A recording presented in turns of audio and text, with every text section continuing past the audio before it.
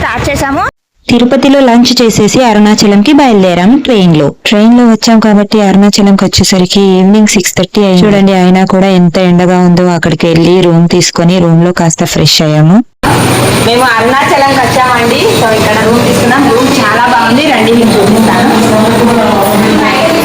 ఇదంతా హాల్. ఇక్కడ firstly bedroom ఉందండి, చాలా బాగుంది.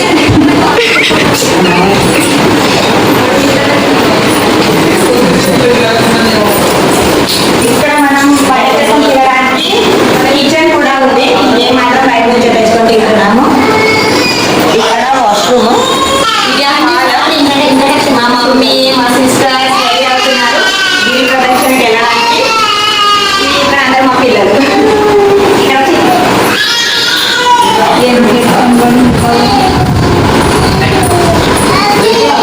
ఇదొక బెడ్రూమ్.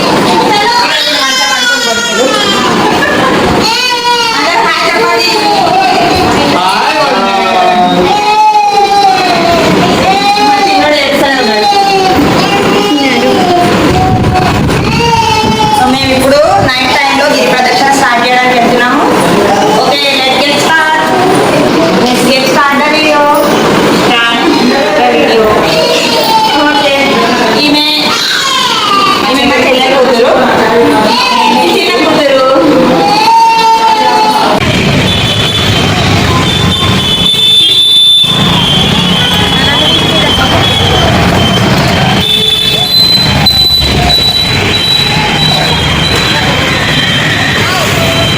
చూడండి, ఇలాంటి గోపురాలు గుడి చుట్టూ 4 ఉన్నాయి, 4 వైపులా. నైట్ 9 o'clock కి మేము గిరి ప్రదక్షిణ స్టార్ట్ చేశాం. రాజగోపురం దగ్గర ఒక దీపాన్ని పెట్టి అక్కడి నుండి మొదలు పెట్టాలి. గిరి ప్రదక్షిణ స్టార్ట్ చేయాలి. పరమేశ్వరుణ్ణి ప్రార్థించాలి. గిరి ప్రదక్షిణ మొత్తం అయ్యే వరకు నాతో పాటే ఉండి నన్ను నడిపించు శివయ్య అని ప్రార్థించాను. ఈ అరుణాచలంకి రావడం, గిరి ప్రదక్షిణ చేయడం ఇవన్నీ ఫస్ట్ టైం నాకు, ఫస్ట్ ఎక్స్పీరియన్స్. అన్ని కిలోమీటర్లు నువ్వు నడవగలవా అని నన్ను చాలా భయపెట్టారు కానీ ఆ శివయ్యను మనసులో తలుచుకొని మొదలు పెట్టేశాను.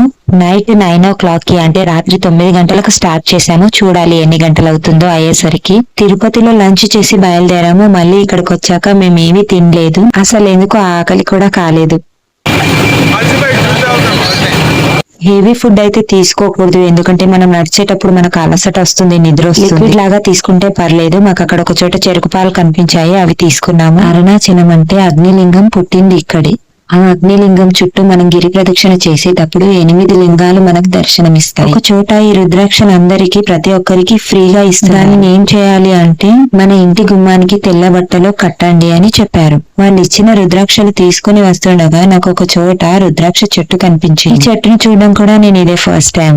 భలే ఉంది కదండి, అసలు ఒక్క ఆకు కూడా లేదు, అన్ని రుద్రాక్షలు. నడుస్తుండగా మాకు ఒక చోట జింకలు కూడా కనిపించాయి. అందరూ వాటిని చూస్తూ అక్కడ కాసేపు ఆగారు. మేము కూడా చూసాము, చాలా బాగున్నాయి, చాలా ఉన్నాయి. కూడా మమ్మల్ని వింతగా చూశాయి.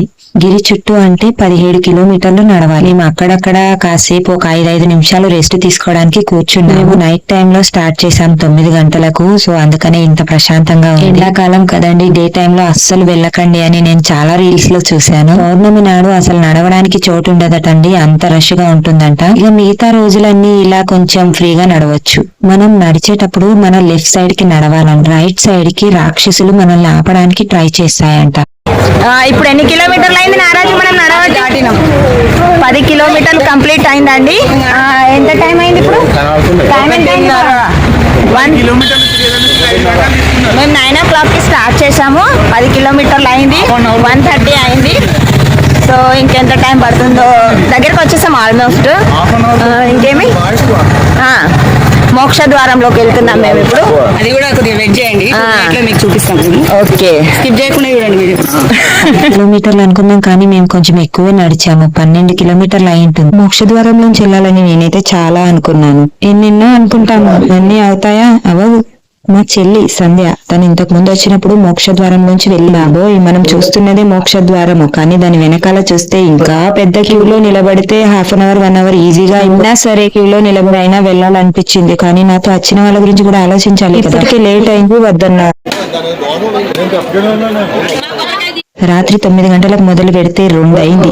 అంటే గిరి ప్రదక్షిణ మొత్తం 5 గంటల్లో పూర్తి చేసేసాము. మళ్ళీ రాజగోపురం దగ్గరకు వచ్చి దండం పెట్టుకున్నాము. 17 కిలోమీటర్లు అలా ఎలా నడిచామో అనిపించింది. అదే ఆ శివయ్య మహిమ అనుకుంటా. నేను మా చెల్లి బాగానే నడిచాం, కానీ పాపం మా అక్కకి అరికాళ్ళ మీద మొత్తం నరాలు బాగా లంగేశాయి. అస్సలు అడుగు తీసి అడుగు వేయలేకపోయింది. లాస్ట్ 5 కిలోమీటర్లు మాత్రం మా బావ లాక్కొచ్చాడు దాన్ని. ఎలాగో అలా పాపం పూర్తి చేసింది. ఇంటికి వెళ్లి పడుకుంటే మాత్రం అస్సలు లేవలేము. కొన్ని గుళ్ళోకి వెళ్లి దర్శనం చేసుకుందామంటే గుడి పొద్దున 6 గంటలకు తీస్తారని చెప్పారు. కానీ అక్కడ చాలా మంది నడిచిన వాళ్ళు క్యూలో పడుకున్నారు. అలా మాకు కూడా అనిపించింది, ఇంటికి వెళ్తే మళ్ళీ లేచి ఇక్కడ దాకా రాలేమో, ఇలాగే ఉండి క్యూలోనే పడుకుందాం మనం కూడా అని డిసైడ్ అయ్యాం. నైట్ 2 గంటల నుంచి పొద్దున 6 గంటల వరకు క్యూలోనే ఉన్నాము. అంటే పొద్దున గుళ్ళో చూడండి వాతావరణం ఎంత బాగుందో.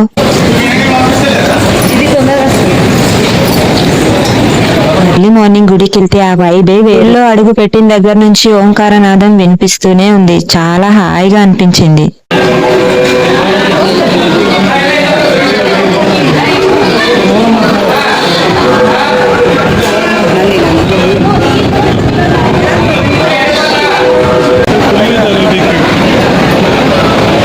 ఆ కాలంలో కళాకారులే వేరు. ఈ రాళ్లతో ఎలా చెక్కారో ఇంత అందమైన శిల్పాలని, గుడులని. మొత్తానికి దర్శనం చేసుకుని బయటికి వచ్చేసరికి పొద్దున 8 గంటలయింది. చూడండి ఎండ ఆల్రెడీ మళ్ళీ వచ్చేసింది కూడా. బయటికి వస్తుంటే అందరికి దద్దోజనం ఇచ్చారు, అవి తింటూ అక్కడ కూర్చున్నాము. నైట్ ఏమీ తినలేదు, అలాగే గిరి ప్రదక్షిణ స్టార్ట్ చేశాము. కొంచెం లిక్విడ్ జ్యూసెస్ తీసుకున్నాం, కానీ పొద్దున తెలుస్తుంది అందరి పరిస్థితి ఎలా ఉందో. ఒక్కటే ఆకలి, అందరికి కడుపులో ఎలకలు పరిగెడుతున్నాయి. వెళ్లేటప్పుడే హోటల్లో కాస్త టిఫిన్ చేసేసి రూమ్ కి వెళ్ళిపోయి రెస్ట్ తీసుకున్నాం. రూమ్ కి వెళ్ళాక చూడండి ఆ వైబ్ ఎంత బాగుందో, ఎంత బాగా కనిపిస్తున్నాయో ఆ కొండలు. మొత్తానికి దిగ్విజయంగా గిరి ప్రదక్షిణ పూర్తి చేసాం. ఇంటికి వచ్చి అందరం పెయిన్ కిల్లర్స్ వేసుకొని పడుకున్నాము. మీకు వీడియో కనుక నచ్చినట్టయితే లైక్, షేర్ అండ్ సబ్స్క్రైబ్. ఓం నమః శివాయ.